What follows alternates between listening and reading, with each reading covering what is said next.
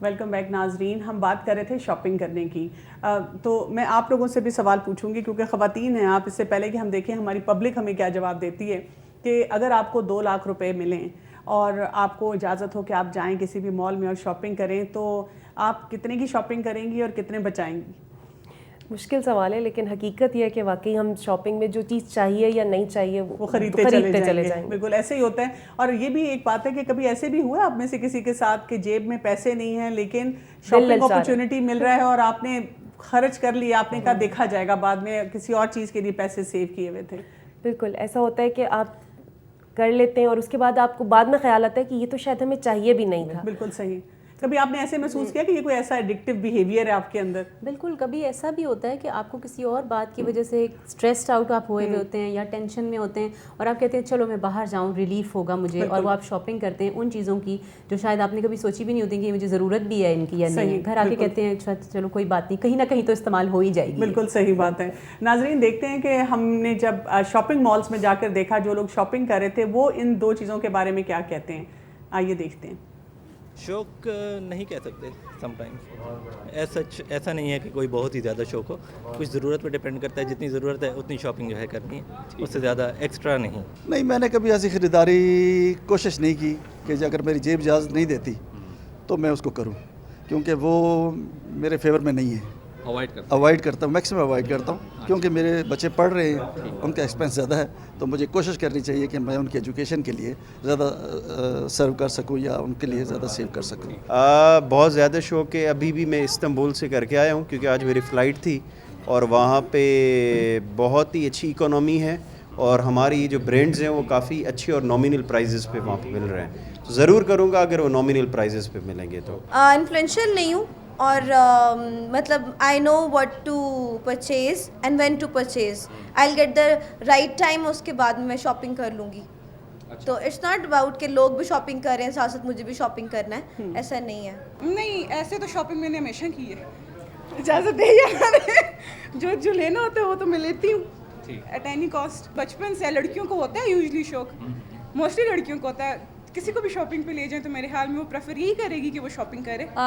Depend करता है। Mostly I guess जो होते हैं ईद या क्रिसमस वाला टाइम, उसमें मोस्टली दूसरों के लिए।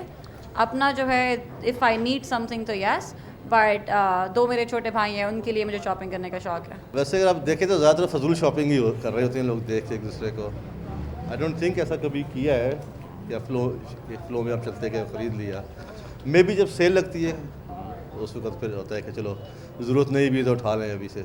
नहीं, सेल में तो खैर मुझे तो माई सेल्फ तो बिल्कुल भी नहीं आती है। और वो जो खासकर वो जो मैं फेसबुक पे देख रही होती हूँ वीडियोस, वो जो एक जो रश करती हैं ख़वातीन, तौबा तौबा वो जो चल रहा होता है ना, नहीं I am not like that. और नहीं होती, वो काफ़ी मेरा ख्याल है कि लिमिटेड लोग ही होते हैं उस तरह के। सर अगर बहुत ज़रूरत है, जेब इजाज़त नहीं देती, हर एक की प्रायोरिटीज़ होती हैं ज़िंदगी में, तो प्रायोरिटी लिस्ट के तहत ही होता है। अगर शॉपिंग उसमें प्रायोरिटी में आ रही है कि बहुत ज़रूरत है उस चीज़ की, तो फिर तो डेफिनेटली करेंगे जी। हाँ, लेकिन अगर कोई और ज़रूरत है जो शॉपिंग से बड़ी है तो कोशिश करेंगे पहले वो पूरी हो जाए जी। नाज़रीन देखा आपने, और रमज़ान और फिर ईद और उन सब की शॉपिंग अगर हम देखते हैं तो उसमें भी हम देखते हैं कि हर चीज़ की सरप्लस चीज़ें आना शुरू हो जाती हैं हमारे पास। जी आमना, हम बात कर रहे थे मॉर्निंग रूटीन की, उसके लिए भी आपके पास कोई टिप्स हैं देने के लिए हमारी मदर्स को और पेरेंट्स को? ये एक उसी तरह का एक सैम्पल है जिसको अट्रैक्टिव भी बनाने की कोशिश की गई है और अच्छे कलर्स, वाइब्रेंट कलर्स यूज़ किए हैं क्योंकि बच्चे को ज़रा कलरफुल चीज़ें अच्छी लगती हैं। उसमें फिर वही है कि आप लिस्ट बनाएंगे हर चीज़ की, उसको अरेंज करें कि मैंने इतना, फिर टाइम अपने जहन में रखें। ऐसा नहीं है कि बच्चे ने 7:30 निकलना है, आप उसको 7 बजे उठा रहे हैं। वही आप 1 घंटा तो दें ना कम से कम बच्चे को कि वो अपने सारे चोर्स पूरे कर ले। सही। और चूंकि मॉर्निंग और बेड टाइम रूटीन इंटरलिंक्ड होते हैं तो आपको कुछ काम मॉर्निंग के अपने रात को करके सोने हैं। सही। उसमें आप बच्चों को डेलीगेट करें टास्क्स, वो रिस्पॉन्सिबिलिटी ओन करेंगे, आप लोगों का कनेक्शन भी बढ़ेगा और उनको मज़ा भी आएगा। उसमें आप अपना उनका बैग पैक करें। छोटे बच्चों का आप उनके साथ करें, बड़े बच्चे खुद कर सकते हैं। सही। यूनिफॉर्म सेट करना, जूते अपने स्कूल के रखने, इवन आप वाटर बॉटल भी भर के रख सकते हैं। हाँ जी, क्योंकि बहुत सारे जो रात के टास्क होते, जो सुबह के टास्क होते हैं वो होते हैं, उनमें से रात को हो सकते हैं, बिल्कुल हो सकते हैं। तो इसमें आपकी फिर सुबह पावर स्ट्रगल कम हो जाती है, सुबह ज़रा स्मूथ काम हो जाते हैं, जो सिर्फ सुबह ही हो सकते हैं, जैसे कि तैयार होना है वो सुबह के होंगे सिर्फ। फिर आपको ये शिकायत नहीं होगी कि बच्चा नाश्ता करके नहीं गया, जब आपने उसको इनफ टाइम दिया है, रियलिस्टिकली उसको उठाया है टाइम से, प्यार मोहब्बत से उठाया है, बिल्कुल कोई चुड़ नहीं घर में चल रही। जबीन हमें ये बताएं कि ये वाली जो रूटीन की हम बात कर रहे हैं, जैसे एक वो शख्स, वही बात है, जवानी में आ जाता है, तो उसमें क्या तब्दीली आ जाती है मॉर्निंग रूटीन की? मॉर्निंग रूटीन में वही बच्चों को उठाना बड़ा मुश्किल होता है, क्योंकि वो बच्चे तो वैसे ही रात को देर से सो रहे, वो कहते हैं बस मैं तो 5 मिनट में तैयार हो जाऊंगा, आप मेरी फिक्र नहीं करें। सही। तो वहाँ पे भी हमें इसी तरह से उनको रूटीन पहले से उठाना, नाश्ता तैयार करके उनकी पसंद का देना, इस तरह। और दूसरे जैसे छुट्टी के दिन हमने देखा है कि वो बच्चे उठते ही नहीं है, वो चाहते ही नहीं, तो एक तो जाहिर है थोड़ा सा उन्हें बेहतर वो फ्लेक्सिबिलिटी रखें थोड़ा, लेकिन उसमें भी अगर आप कुछ चीज़ ऐसी रखेंगे ना जो फोर्स ही करें, आज मुझे यहाँ जाना है, आज हम पिकनिक पे जाएंगे, आज हमारा कोई भी इस तरह की चीज़ रखें, एक्टिविटी, तो बच्चा उससे एकदम से उसको होगा कि मुझे उठना है, या कुछ भी नहीं तो बच्चों कहते हैं ये गेम आप आज खेल सकते हैं इतने से इतने बजे सुबह जब उठेंगे, तो वो उसलिए उठेगा कि मुझे इस टाइम मिल रहा है मुझे गेम खेलने। मुझे एक और चीज़ भी लग रही थी, जैसे नबीला ने कहा था कि अगर सुबह उठ के पावर स्ट्रगल शुरू हो जाएगी और बहुत ज़्यादा घर में फसाद होगा, तो वो बच्चा, स्पेशली अगर वो जवान हो चुका है और वो जाएगा और उसको किसी ने सिगरेट ऑफर किया या इस किस्म की कोई ड्रग ऑफर की, तो वो अपनी सुबह की टेंशन को रिलीज करने के लिए उन चीज़ों को इस्तेमाल करेगा। तो वालिदैन ने इस सिलसिले में भी मोहतात रहना है। अच्छा, हम क्विकली, क्योंकि टॉपिक बहुत लंबा है, इसके साथ मुझे लगता है पता नहीं हम कितना जस्टिस कर सक रहे हैं, लेकिन मैं ये जानना चाहूँगी कि हर घर का मसला है ये, बच्चे को होमवर्क कराना है, बच्चे को सुलाना है, बच्चे को खिलाना है, बच्चे को कहना अपना कमरा क्लीन करे, अपने टॉयज़ उठा के रखे, ये जो चीज़ होती है ये वालिदैन के लिए एक बड़ा लंबा सिलसिला हो जाता है, बड़ा एग्जॉस्ट कर देता है। इस सिलसिले में आप हमें क्या रहनुमाई देंगी?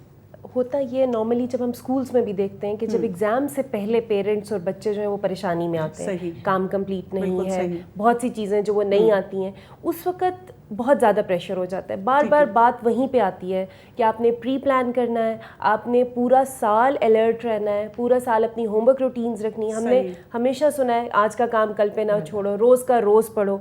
वो जाहिर है लॉन्ग टर्म में जब पेरेंट्स चाहते हैं कि हमारा बच्चा एक अच्छा एक्सेल करे, तो उसके लिए उन्हें बच्चे को साथ लेकर उसको रोज़ की रूटीन में काम करना है। फिर उसमें क्या होता है, उसमें होमवर्क्स आ जाते हैं, उसमें आपकी सफाइयाँ आ जाती हैं। ज़रूरी नहीं है कि आप रोज़ इतनी डिटेल में करें, लेकिन अगर जैसे कि आमना ने बताया इसी तरह आप सफाई का टाइम टेबल बना लें कि एक हमारी मंथली सफाई होगी, एक हमारी वीकली होगी और एक हमारी डेली होगी, तो उससे ना तो प्रेशर आप पे आएगा ना बच्चे पे आएगा, आपको अपना अपना पाथ क्लियर नजर आएगा। बिल्कुल सही जी। आमना, मैं देख रही हूँ आपके पास और भी कुछ है हमें ऐसी रूटीन्स के लिए, स्पेशली अगर होमवर्क की, मेरा ख्याल है एक होमवर्क की बड़ी पावर स्ट्रगल है। उसमें भी आपको फिर जब बच्चा स्कूल से आ रहा है ना, तो you need a time table, अच्छा, ताकि उसको पता हो कि मैंने क्या करना है, वो आके बिस्तर पे ना गिर जाए, उसको पता हो कि मैंने पहले कपड़े बदलने हैं, फिर खाना खाना है, या जो भी आपने जॉट डाउन की हुई हैं चीज़ें, वो सब उसको पता हो कि कैसे करनी है मैंने। फिर आपने जो स्टडी एरिया है ना घर में, अच्छा, इट इज़ वेरी इंपॉर्टेंट कि आप उसको स्पेसिफाई कर दें। अच्छा। चाहे टेबल कुर्सी ज़रूरी नहीं भी है, आप नहीं कर सकते ना, लेकिन एक जगह स्पेसिफाई हो, वो ऑर्गेनाइज हो, उसमें स्टेशनरी सारी अवेलेबल हो, बच्चों के साथ मिल के उसको सेटअप करें, ताकि ये ना हो कि अब होमवर्क करने बैठे हैं तो फलानी चीज़ जगह से दूसरी जगह से लाई जा रही है, या वहीं बैठ के कोई टीवी देख रहा है, या वहीं पे किसी के पास गेम भी पड़ी हुई है, एक्सबॉक्स पड़ा हुआ है। बिल्कुल नॉन डिस्ट्रैक्टिव प्लेस होनी चाहिए वो। फिर बच्चा ऑर्गेनाइजेशन सीखेगा भी और खुद भी ऑर्गेनाइज होगा, और इससे बड़ा इम्पैक्ट ये होता है कि बच्चा प्रोडक्टिवली काम कर सकता है, पीसफुल माइंड के साथ काम कर सकता है। और उसमें फिर आप जब होमवर्क पे आ जाएं अगर, तो आप रियलिस्टिकली उससे वो करें। सही। जो वही बात जो नबीला ने कही कि रोज़ का काम रोज़ करें, वो तो है, लेकिन अगर एक बच्चे के लिए कोई चीज़ मुश्किल है तो आप उसको चॉइसेस दे दें जो उसको आसान लगे, कि आपने रीडिंग पहले करनी है या राइटिंग करनी है। कुछ बच्चों को सब्जेक्ट्स मुश्किल लगते हैं, कुछ आसान लगते हैं, फेवरेट होते हैं, मैथ्स पहले करनी है या इंग्लिश करनी है। फिर जो मुश्किल काम है आप उसको आसान कर दें उनके लिए, बड़े लॉन्ग टास्क जो है उनको छोटों में ब्रेक डाउन करके दे दें, तो वो उनको आसान लगेंगे, फिर वो कर सकेंगे। समझ आ रही है अगर वालिदैन फ्रस्ट्रेटेड नहीं होंगे, थकेंगे नहीं, तो ये काम आसान हो जाएगा और लॉन्ग टर्म उनको रिजल्ट्स देगा। बिल्कुल। अच्छा जबीन, ऐसे जो हम ये स्पेशली होमवर्क की और पढ़ाई की रूटीन्स की बात करें, तो जब बच्चा जवानी में आ जाता है तो कई दफ़ा वैसे ही होता है कि उनका ध्यान नहीं रहता पढ़ाई में। लेकिन हमने देखा कि ड्रग्स के लिए भी या नशे के लिए भी हमें बताया जाता है कि ये एक रेड फ्लैग हो सकता है कि जी आपका बच्चा पढ़ नहीं रहा, परफॉर्मेंस वो नहीं दे रहा, बचपन में दे रहा था, तो इसका मतलब है कि वो नशे की तरफ ना जा रहा हो। तो वालिदैन कैसे ये डिफ्रेंशिएट कर सकेंगे? देखिए, जब कमल बच्चा आपका टीनेजर्स में आ गया तो अब माँ बाप का ना सपोर्टिव रोल है बहुत ज़्यादा माँ बाप को।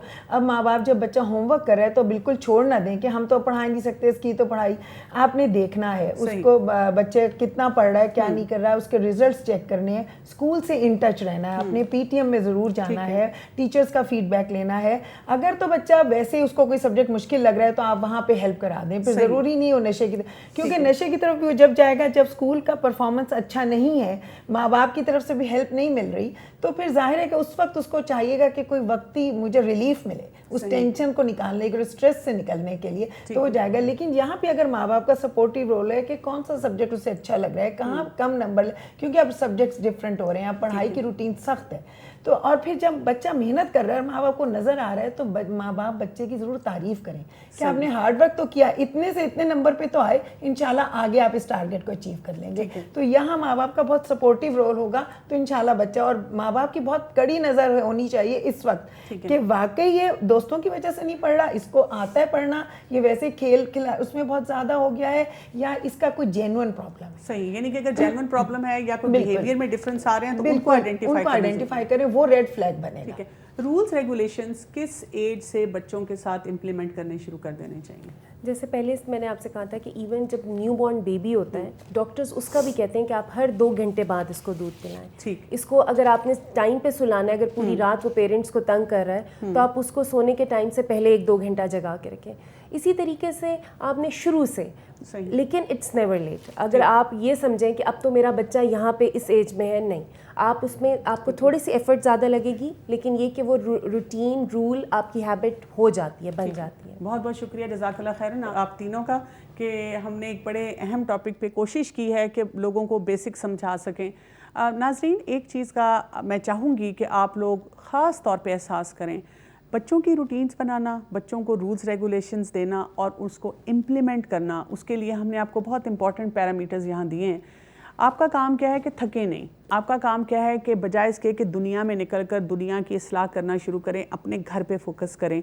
बचपन से हर बच्चे की रूटीन उसकी उम्र के मुताबिक बनाएं, उसकी उम्र के मुताबिक उसको रूल रेगुलेशन दें। और एक चीज़ याद रखें, सक्सेस, दुनिया में कामयाबी, फ्यूचर की कामयाबी जो है इसी चीज़ में है कि बचपन से आपने किस तरह स्मूथ तरीके से अपने बच्चों को ये सब कुछ सिखाया। अस्सलामु अलैकुम व रहमतुल्लाहि व बरकातुहू।